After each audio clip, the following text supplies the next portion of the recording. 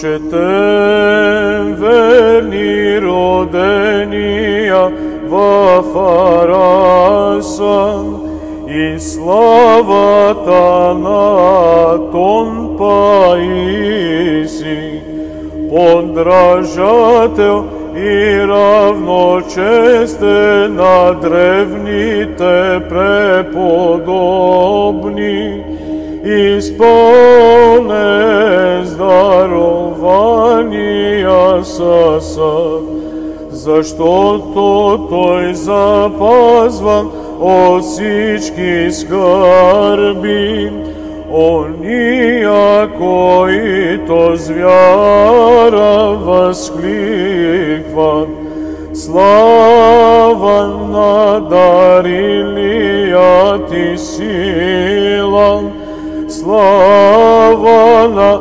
увенчалия те, слава на даващия чрез тебе, изцеления на всички.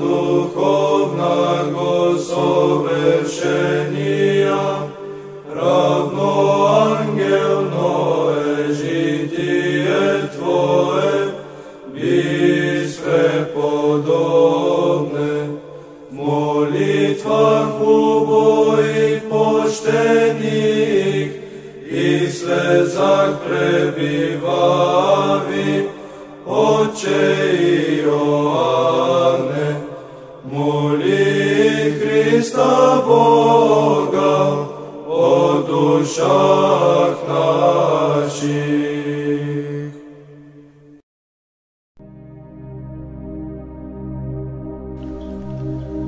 Отче наш, иже си на небеси, да свети сия име Твое, да приде царствие Твое, да буде воля Твоя, яко на небеса и на земли. Хлеб наш насущний даш нам днес, и оставли нам долгих наших, яко же ни оставляем должникам нашим. И не въведи нас во изкушение, но избави нас от лукавого. Понеже Твои са царството и силата и славата на Отца и Сина и Светаго Духа, и нине и присно и во веки веков. Амин. Амин. Аум. Аумен. Амин. Аум. Аумен. Амин. Аум. Аумен.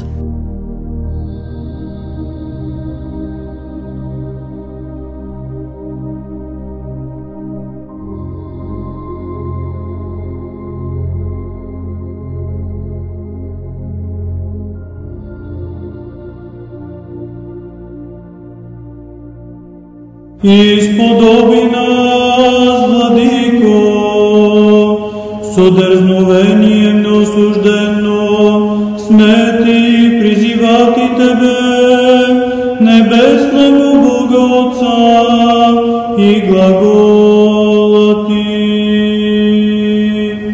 Отче наш, иже си на небесе, да светится име Твое, да прииде царствие Твое, да буде воля Твоя, яко на небеси и на земли. Хлеб наш насущный даш нам днес, и остави нам долги наши, яко же и оставляем должником нашим, и не веди нас во изкушение, но избави нас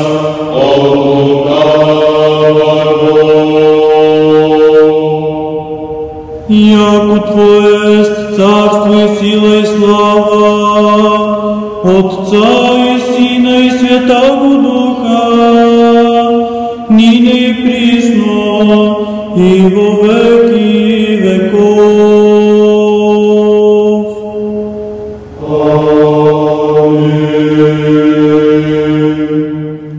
Молитва за защита от нечиста сила.